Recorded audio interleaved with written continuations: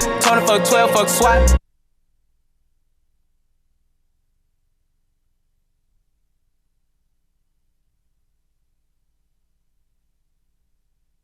Bells out the box. I just hit a lick with the box. Had to put the stick in the box.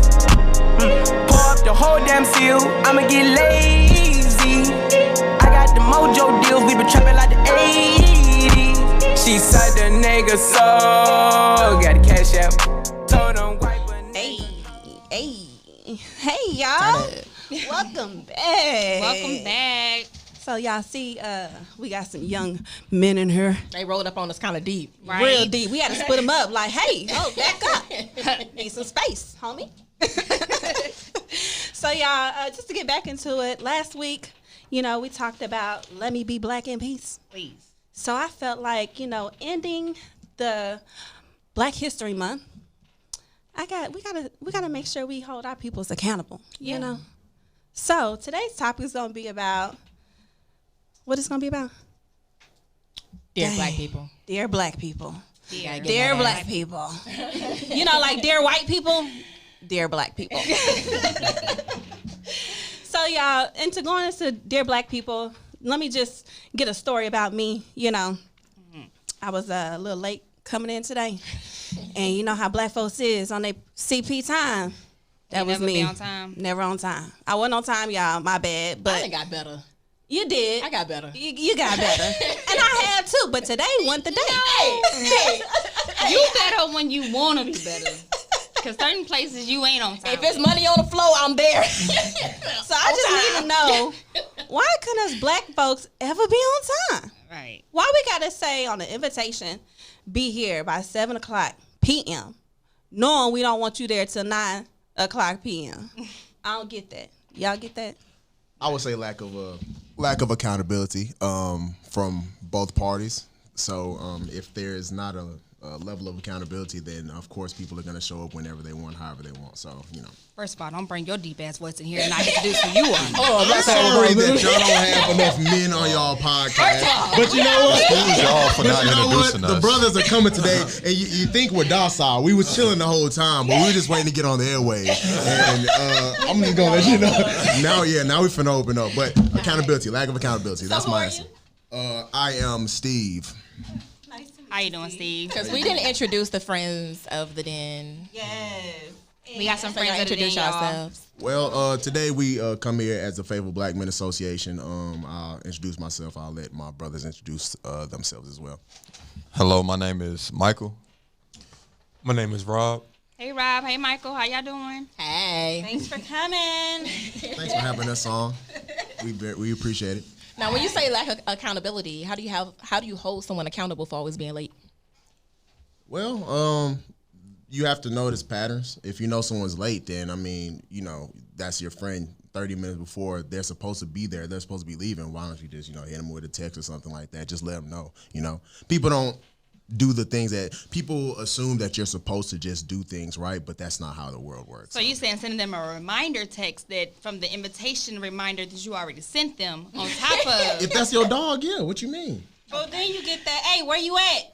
Oh, I'm 30 minutes away, knowing you just not getting out the shower. Just What tell if them you stop got a- lying to themselves. What if you got a birthday party? It's a party of 20. The first thing is admitting.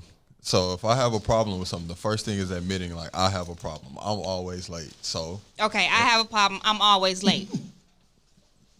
do your friends hold you accountable for being late? If they don't hold you accountable, you need better friends. Yeah, they put on the invitation to be there at 7. So you can be there at 8:30. Yep. We prepared. And then it's just a certain respect level that you have to have as well. Like if I'm somebody's friend, and they having a function, and they say show up at this time, I gotta respect their wishes, and the regimen they set for their function. Mm-hmm. So do you stop inviting the people that's always gonna be late? Because it's Probably. making you look bad. Probably. Don't be scared to. I wouldn't, but I would get on them though. I would definitely let them know that they're being a nuisance to the plans. Let them miss out on the very slight thing. And then that fear of missing out will be like, hey, I gotta start being on time. But Right. you may lose a friend like that, honestly, because That's what I'm thinking. I mean, you have certain friends for certain things. Wow. I'm just saying. Oh, wow. I like all purpose I'm friends. just saying. Hold on, wait a minute. But if you're holding somebody accountable and they are not being accountable, then you might just lose a friend. So that means they are not respecting you. So bye-bye. I mean, well, Okay. Well, since it got real juicy already, let's pop into these questions at the bowl, y'all. Oh my gosh. All right, first one. Dear Black people, why is it that so many of us ain't with that friendly shit? Meaning, a lot of us have lack of boundaries and often feel resentful or taken for granted by others, making us lack in trust. Let us end this mean girl guy rhetoric. What do y'all feel about that? And in our culture. I would like to hear one of y'all opinions first. Well, I want to start off with I ain't friendly. I'm honest. I'm not, but that comes with being in the environment that I was raised in. I was always taught to watch my back. To everybody around you is not good for you. So it's kind of building interior of. I got, a little trust issue. So I ain't with that friendly shit. I feel like everybody's in something for a reason. It may not always be a bad reason, but it's for a reason. see, for me, I'm friendly. I make friends real easily. They'll tell you I like. We be like, people. dog, where'd she come from? Right. I give people the benefit of the doubt until you show me one way. I mean, some people gonna tell me all day that you a bad person or that you got these flaws, but I'm gonna trust you until you show me something different. Because what you did to that person, that don't mean you're gonna do it to me. Mm-hmm.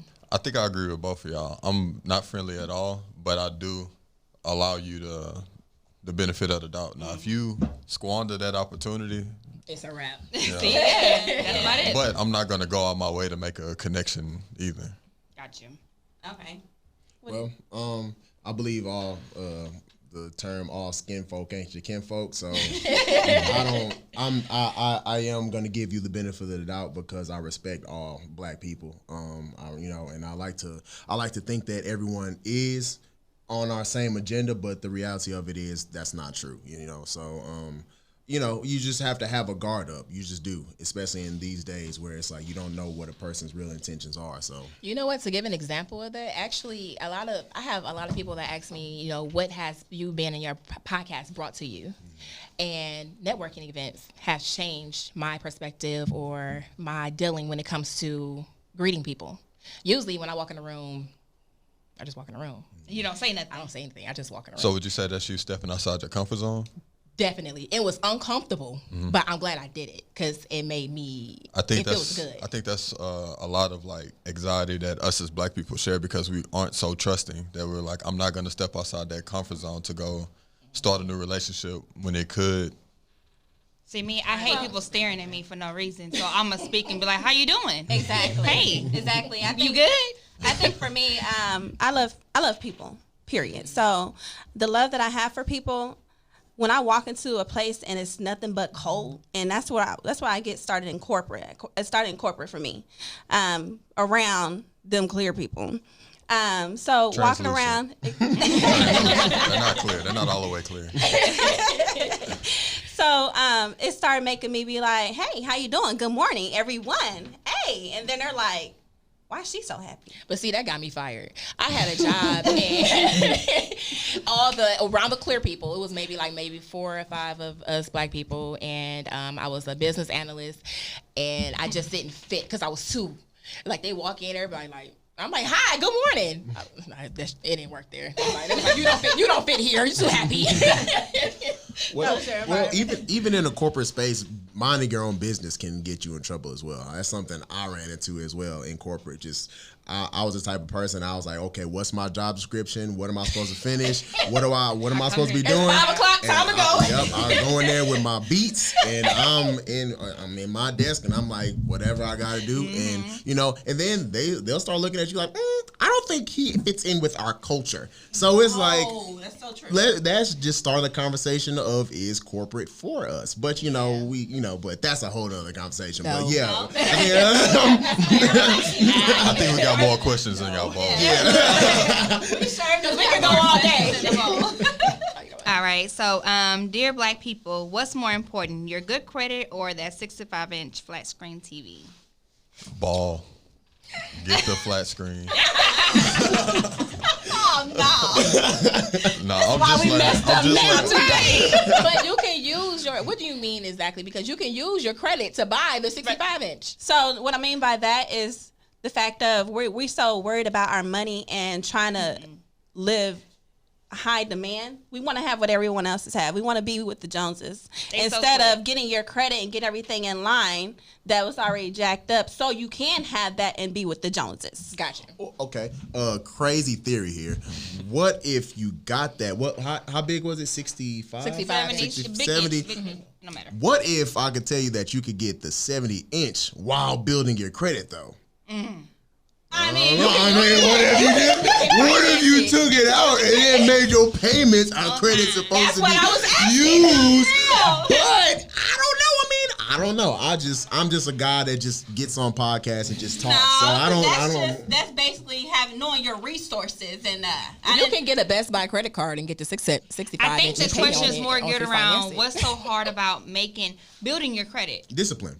Yeah, building your credit by making a monthly payment. The lack of literacy, the lack of financial literacy. It's like a lot of people get their literacy from family members, and it'd be some very unconventional ways of why they save money or what they save money for, and then that very toxic rhetoric gets spewed onto you, and you're like, well, I guess I'll just keep hiding 20s in my mattress. It's kind of like a two-faced situation because you like, I have the money now, and I want to live now. I want to be happy now. I want to enjoy it now because tomorrow is not promised. But at the same time, you want to prepare your future. So it's kind of like instant which one do I do? Instant gratification can destroy a nation. So yes, you're right. I mean, having it right now it sounds good, but at the same time, it's like you have to think about your future. So I like the question, but I think it really just comes down to lack of discipline. I mean, if we don't know and we don't have discipline to take care of our business and do what we're supposed to do, or the knowledge, if we're ignorant of of financial literacy, what credit is, we're not taught those things. We're taught those things. That's something that is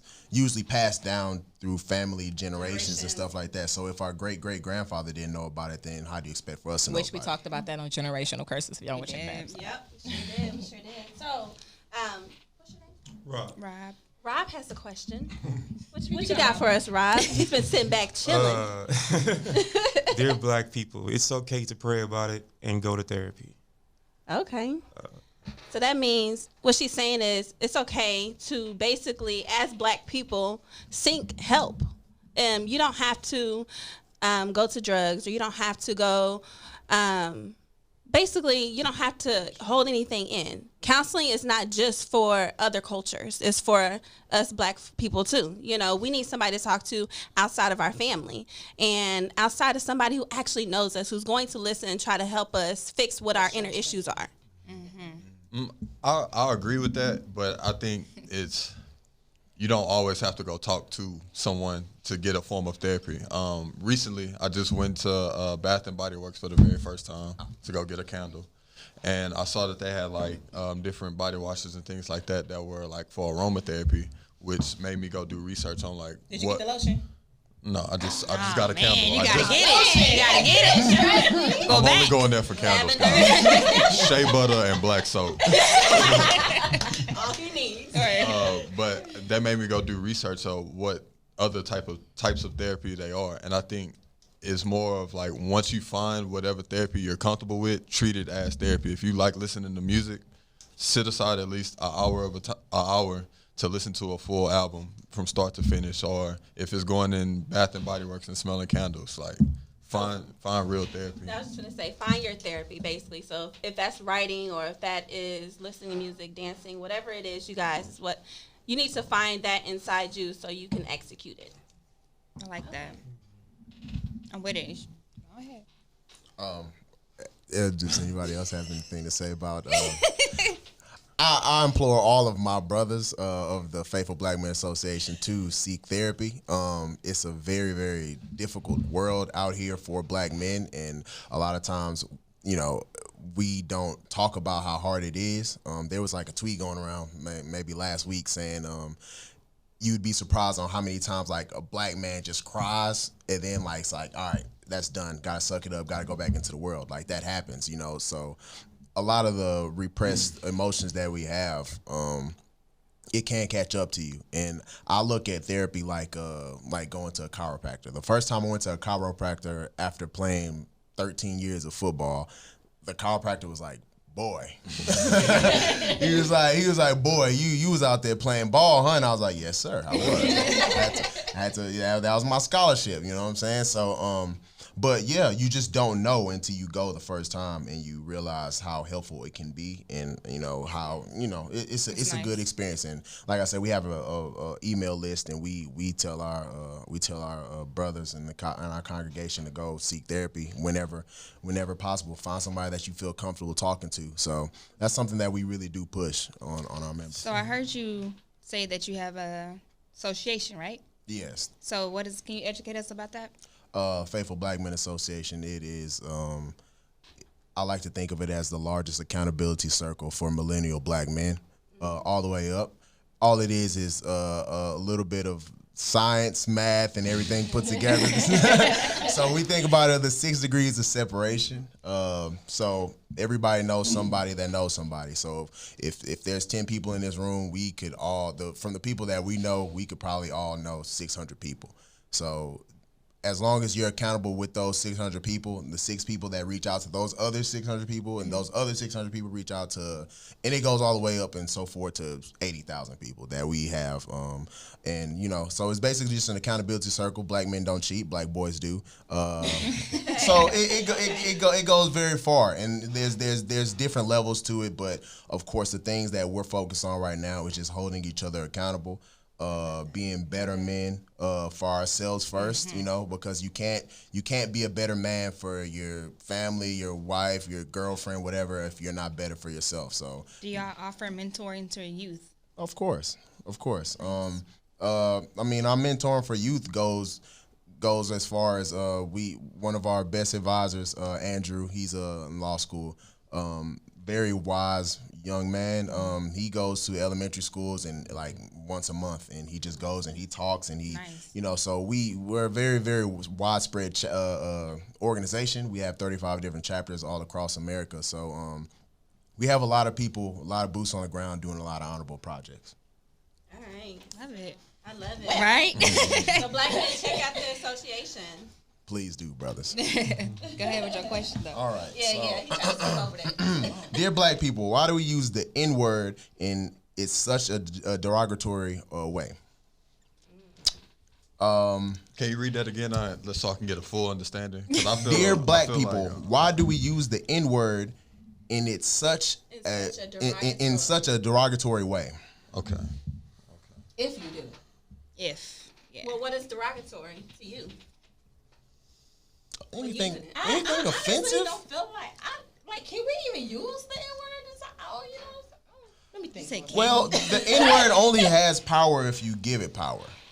It only has power if you give it power. If you let it, it's just like the old saying, sticks and stones may break bones, and but words will never hurt me, whatever it may be.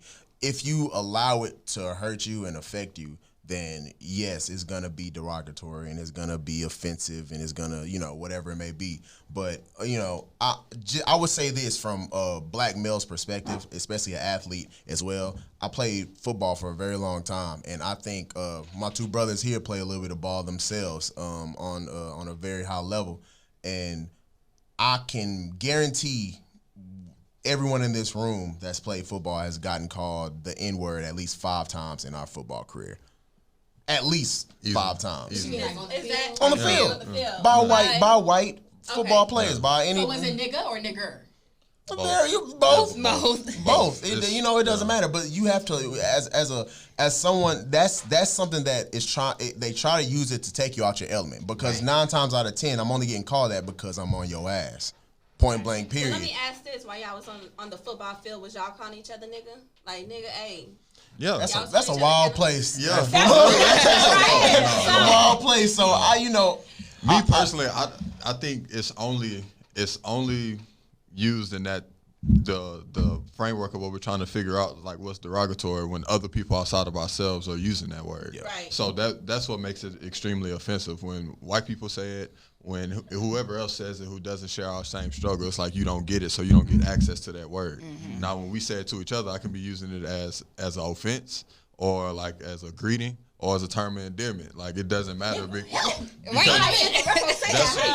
Exactly. That's why we can decipher the ER from an A, and we can automatically know who's that coming from. So it's like amongst my peers and amongst like my family, I don't think I'm gonna ever stop using it. But if I hear it outside of context of like my friends and family, then I know it's not meant to uplift me.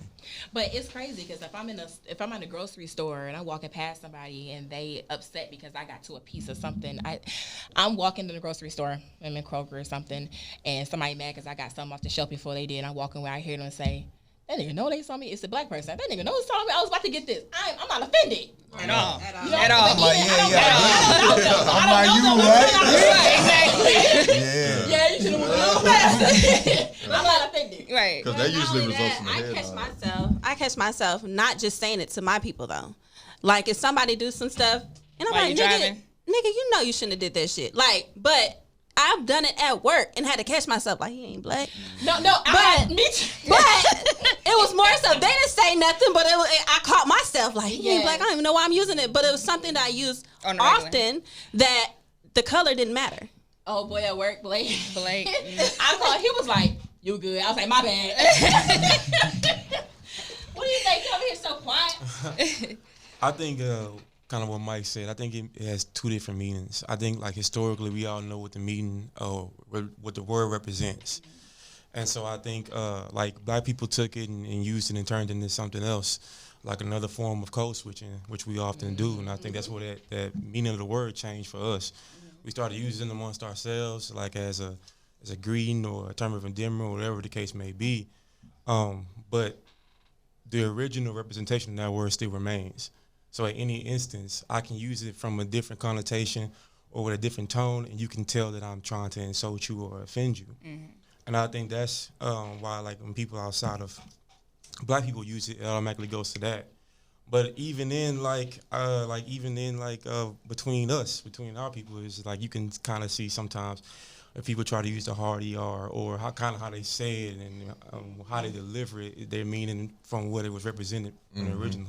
Look, just based off of that, I know this is this black code stuff, you know. I know you really ain't from a black hood or you ain't been raised by black people. If you black, say nigger. And I've heard it. I've heard By a black person. I've heard I've a never. black person who been not, you know, they've been raised around mostly white people, went to school with, you know, mostly Caucasians and try to use the word, but because they're not around that and and they're not in that culture. You offended?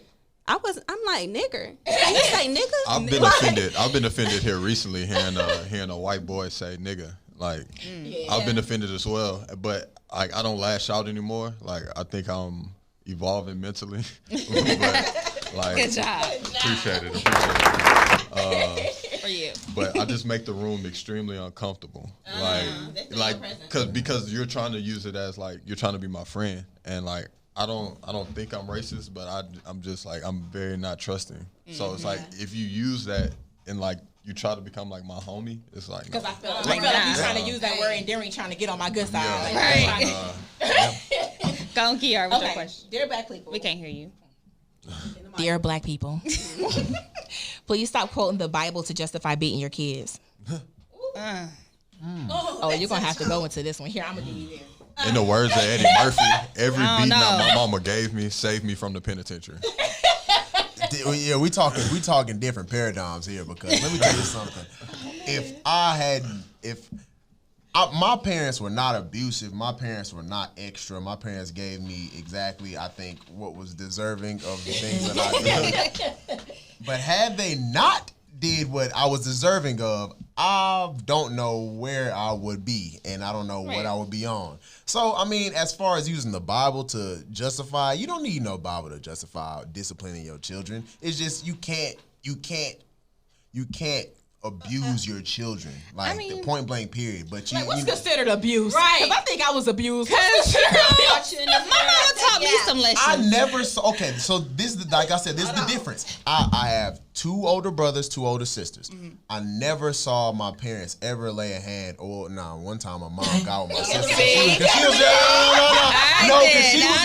She was wilding, but that was one time. But other than that, I've never seen my parents lay hands on my sisters. It's different. You raise women differently.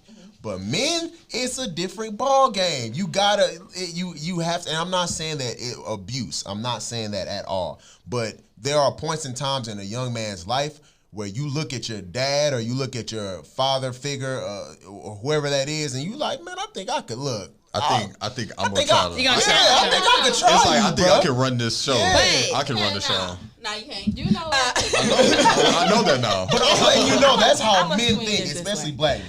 You know, I got a question. What's up? Because while we saying this, what came to my head is I've noticed just in my group of women that I hang around, group of women that my friends that didn't get whippings, women, they're more softer. They're very softer. And the women that did get whippings are a little more rough around the edges. I don't want to say it's a bad thing, but it's just something that I noticed. So when I heard you say that women, get treated differently as girls, they're not supposed to get whippings or whatever the case may be. Do you agree with them not getting whippings? Yeah, I do. Because for women, you don't. The thing about discipline is point blank period. It is to let you know that you've done something wrong and that there's consequences for all your actions.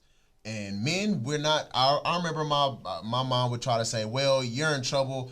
You guys have to go over here and read this whole book or something like that." Something she knew I was like, "Oh, this is boring. I'd much rather be outside playing with my friends." rather get whooping. So that didn't Right. exactly. Take that whooping. So, but that didn't work for me. I would say, "Okay, I'm fixing to smash this book," and she'd be like, "Well, give me a report on it." I give her a report, and she'd be like, "Oh, okay. Well, I guess you can go play." And I'd be like, "Thank you," but A norm. I was a finesser. That's what I was. Wait, hold on. Let me See, just I say don't know this about because I was raised.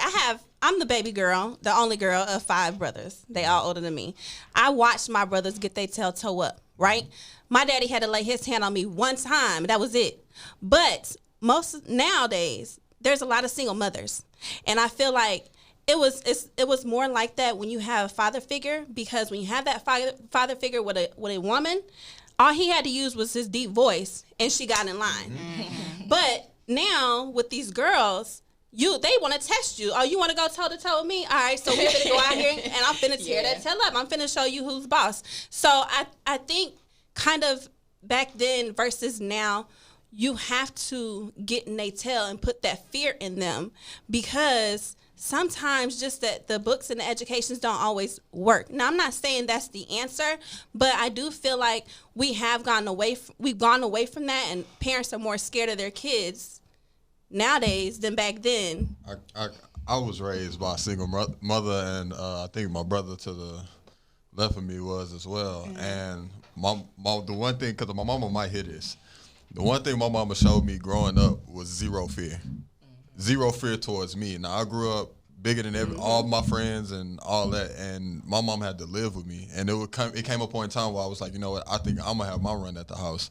And it ain't. But this is my thing though. Like, I got far extremes and I got far non-extremes. There's different forms of punishment. Like, even like playing college football, like there's different form of punishments. Like, and you have to know like your child. That's a part of like you. Because with my daughter, all I gotta do is just look at her, and she getting it together. With my son, whoopings don't phase him. I have to take something away from him. Whoopings don't phase him. Deanna said, "What about verbal abuse?" Oh, verbal abuse is different because words, like you can get hit with the belt, and it's like, I'd rather get a weapon than verbal. Yeah, it's like that hurts. I think but verbal. that verbal with your abuse lasts mental. forever. Then you have to realize like how impressionable young kids are. So it's my mom used to tell me this all the time. If you keep feeding a child or anything doubt, it's eventually gonna be like In them. I'm doubting myself on very small things. It's like I see this on Twitter a lot from black women, and that's microaggression. Verbal abuse is a form of microaggression your child's gonna have to unravel later. Right. Love that. I just think that whatever form of discipline you use, especially for black children, we all know the rules of engagement in society is different for us. Yeah. So if you don't discipline your child and tell them there's consequences to their actions, then society's going to do it, and it might be way worse. So you just got to nip it in the bud. Every and whooping let my them mama know. gave me saved me from the penitentiary. I agree with They that. were warranted. So that means And anointing oil. She threw that on me too. Yeah. Shout out to Mama Margaret for that. Shout out to Mama Mama Margaret. Margaret for that anointing. Can't leave that house. You couldn't leave a house without getting with it. Man, you know what? I love Mama. It was on the doors. Hey, on your everywhere. pillow. The top of the door when you woke up, sleep. you like, You be like, tripping. Yeah, that anointing oil. All right, I love these questions, y'all. Like, it's They're definitely good. hitting home. They're good. All right. Ooh. So, dear black people, are you considered bougie for moving to the suburbs? No. Nah, I don't think so. Absolutely sure? not. Absolutely not. Okay, so Okay. I'll give my take on it. You move wherever. This is the whole thing. Move wherever you want to move. Just don't try to act like you're better than anybody because of where you live. Whatever. Like that goes back to if you go to a PWR, HBCU, don't act like you're better than the other one. Like that's the thing about black people. We're always trying to find some separation, some barrier to show I'm better than you, or this is why I should be this, or you're that. So if you move to the suburbs, that's cool, but just keep it cool. Like, But do you just, feel that sometimes people make you feel like you're better than? Because nobody can make you feel anything other than yourself. That's mental. I can sit here and talk about Rob all day and pump him up.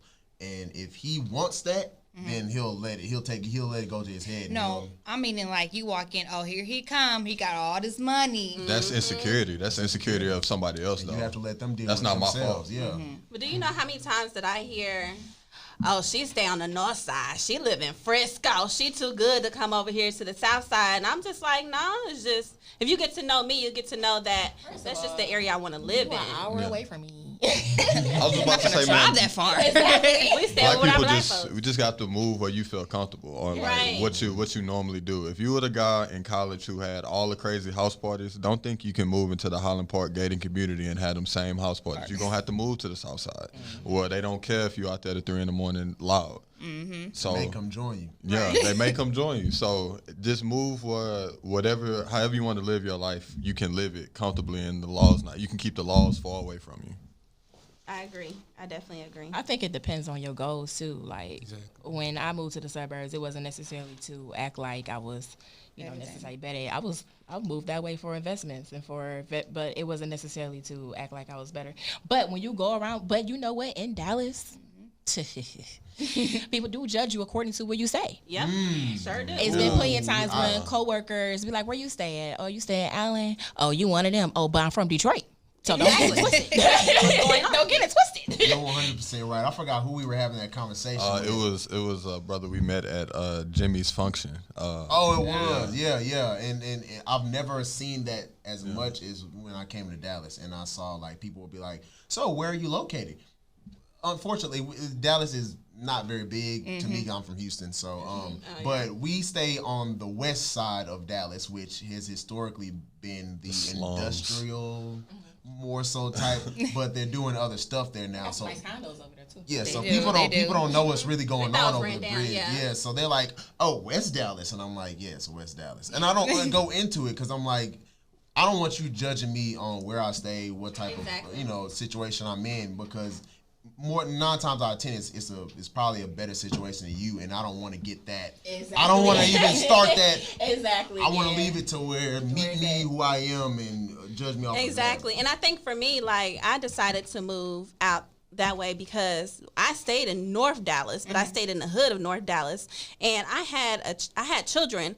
My kids would wake up in the middle of the night hearing gunshots, and that's all that. They would be scared. They're traumatized. So me moving away was for their safety, to know that you don't have to be in this type of environment, and it's not always scary to be able to go outside, because my child will be up under me, sleeping up under me, scared, thinking something was she going to can't go happen. outside. Exactly. Yeah. So it's all about also the safety and the protection. Not saying in the suburbs You can't get robbed. You can, but it's the safety. It's the environment and the feeling of home, knowing that you have a little bit more freedom versus living in the hood when you hear all that stuff going on. Just saying. I feel that, but I'm talking to one of my friends right now who's in Houston, and he just asked me, like, should he move to Kingwood or just move like further out into like, I think it was like further into East Houston and for more land. And I told him, I was like, man, you would have to literally, I think we had a question earlier, like keeping up with the Joneses. I think that mentality would seep in quicker if you were like, if he was to move to Kingwood. But if he just moves to further into the east, gets a little bit more land, you can still have a good life, and then you get to live on your terms without having to keep. If you want that 09 lac, keep that 09 lac till the transmission fall out.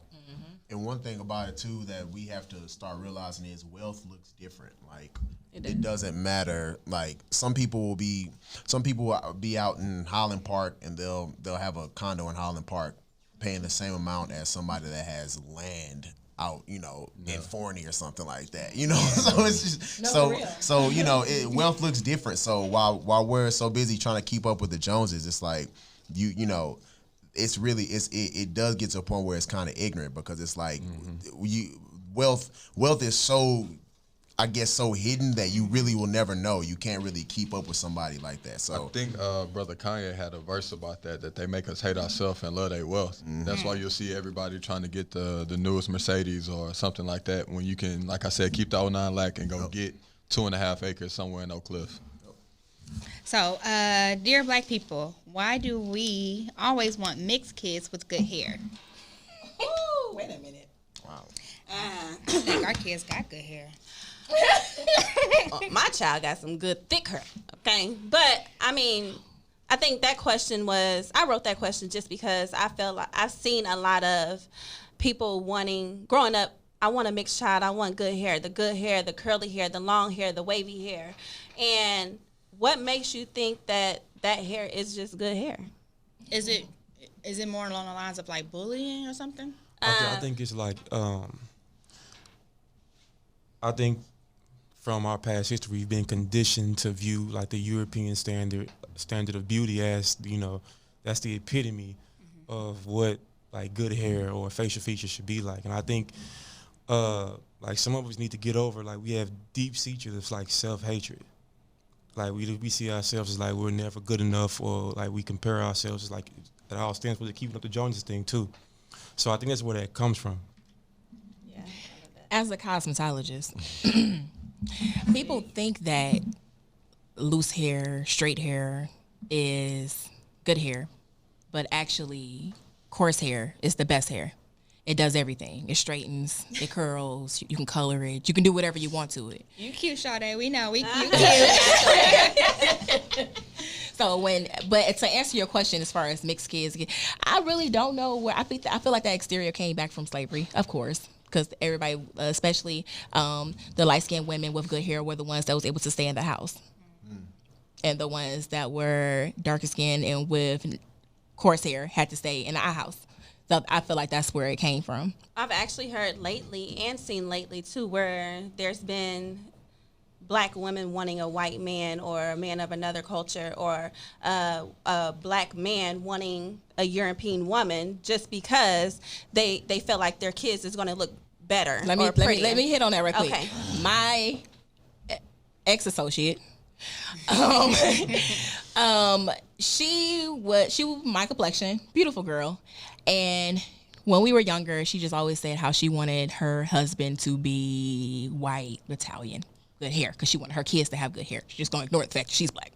So her kids came out with her hair and her complexion. So you can do whatever you want, but at the end of the day, your roots are your roots. I tried to say this one day. I forgot where though, but I think what Rod was talking about, slavery is still so deep embedded in us. Like Mississippi just outlawed slavery in '95. In New Orleans, on the Whitney Plantation, the last slave walked off in '67. So slavery is still relatively close. And I think media right now is pushing that narrative of black women with white men. Like it's on Cheerio Media commercials. is It's influencing on everything. Oreo commercials and stuff like that. A lot of successful black men that are like famous are married to black women. Denzel Washington is married to a black woman, and it's like they're trying to get the persuadables. If you're easily persuaded by media and what you say to me versus what I really want, then you're gonna fall for it every time. Sisters, go out, go scam white men, and once y'all are done with them, then we gonna build on it, and we gonna come. I'll be here waiting. What about them brothers? My black kings, thank you. Don't push me over there. What about those brothers though? What about brothers? No, we don't have that luxury. Sorry, we don't have that luxury. No. We can be killed for that. That's also media and very, very prominent athletes with white women. I think that's just one big scam. So yeah, to our sisters out there with white men, scam them and bring that money back to us. And we can. Let's go get that bread. Is that a boo button? Wait, just to finish it out though, yeah, I had experience. I went to a wedding in June, and there was a football player, very famous football player. He was married to a white woman, and the thing that was, he went crazy because she decided to go to the room to check on their kids. And he didn't know where his wife was, so he went ballistic in the hallway. When I tell you, so crazy, everybody was like, what the hell's wrong with him? He went, that's how crazy he went. So the thing, what happened was, they were like, what is going on? Why? She checked him when he got there. Was like, I'm checking on the kids. You acting crazy. Don't make me take this situation further. And what do you think that she meant by that? She's definitely gonna divorce him. Exactly. But not just divorce him, but what else? I'll snatch everything. Take everything from him. That's what I'm saying. And I think that's a scam for black men that are athletes in those positions that they are routinely falling for. And I'm like, man, keep your eyes up and downfield. Like, it's just. What she meant was, don't make me castrate you right now. Yeah. Don't make me take it all from you. Your children, your manhood, everything. So, embarrass me. Don't make me put you in jail. Yeah. Because the police is right around the corner. Yeah. You know what I'm saying? Like. So yeah, brothers, please be careful with who you choose to be your partner. Keep your hand off women, brothers. What is that line that what is it, brother? Nas said, "Watch who you watch who you getting pregnant." That's long term stressing. Well, y'all, we're going to have to end with that. Watch who you get pregnant. Long time stressing. That's brother Nas. Well, we want to thank you guys so much for coming in and joining us on our podcast tonight. We didn't beat y'all up too bad. Not too Thank y'all for bad. having Not us. too Thank bad. y'all. So just real quick, do you guys have anything coming up that you guys want to let people know? Maybe they can come and How to check reach out, you, reach social you. media. Be on the lookout for Eric Singleman Emporium. Whenever that comes back around, I know a lot of black women out there are saying they can't find a black man of good standing, but Eric Singleman Emporium, he has it. I don't know how often, but we just went to the first one down in Atlanta. Okay. So I'm sure. Send me the information. Oh. Yeah, but share. Won't you come on down to Eric Singleman Emporium? Eric Singleman Emporium is the greatest matchmaking tool that our community has ever seen. Eric basically brings together the best black men. Men of culture. Men of culture. He brings the best men of culture on one form, and we have a good soiree, and everyone is able to talk to whoever they want to talk to, and whatever happens from there happens. You got from a there. question? No. We got a minute. So, you guys, tonight has been great. I just want to let y'all know that this is how we wanted to end Black History Month, just because we want to hold our black people accountable. It's not just white people who's going to come against us, but us in our own culture have to hold us accountable so we can excel, so we can grow. Go ahead. Speaking of accountability, you want to tell them about our guests? Oh, I was getting there. Okay. So this Sunday, y'all. No. This Sunday, we have a special guest coming in. He reached out to us. And, Rick Ross and who else? Freeway Ricky Ross. No, I know his name. His name, Rick Ross. And then you have Freeway, who's some other rappers. They got their name from a kingpin named Freeway Rick Ross. And Freeway Rick Ross is going to come into the lipstick den and lay down some ground rules of what he got going on in his area. So definitely tune in This Sunday to that episode. And y'all know this we Sunday. like to address the elephant in the room. And there's definitely going to be some elephants in the room being addressed. So make sure y'all tune in. Definitely show love to us. We truly appreciate you guys Yes, for coming in thank you. again. And good night. Have a wonderful Hey, evening. we drive the boat. Drive the boat. Come on. Drive the boat. No. No.